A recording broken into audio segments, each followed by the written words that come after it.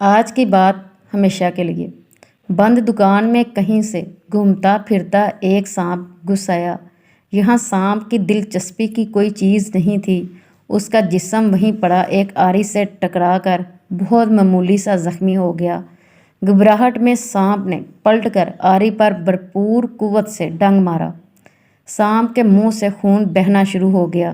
اگلی بار سانپ نے اپنی سوچ کے مطابق آری کے گرد لپٹ کر اسے جکڑ کر اور دم گھونٹ کر مارنے کی پوری کوشش کر ڈالی۔ دوسرے دن جب دکاندار نے ورکشاپ کھولی تو ایک سانپ کو آری کے گرد لپٹے مردہ پایا، جو کسی اور وجہ سے نہیں، محض اپنی طیش اور غصے کی بھینٹ چڑھ گیا تھا۔ بعض اوقات غصے میں ہم دوسروں کو نقصان پہنچانے کی کوشش کرتے ہیں، مگر وقت گزرنے کے بعد ہمیں پتہ چلتا ہے کہ ہم نے اپنا ہی زیادہ نقصان کیا۔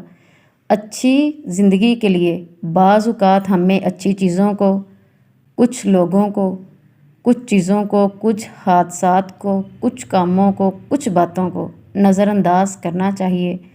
اپنے آپ کو ذہانت کے ساتھ نظر انداز کرنے کا عادی بنائیے۔ ضروری نہیں کہ ہم ہر عمل کا ایک رد عمل دکھائیں۔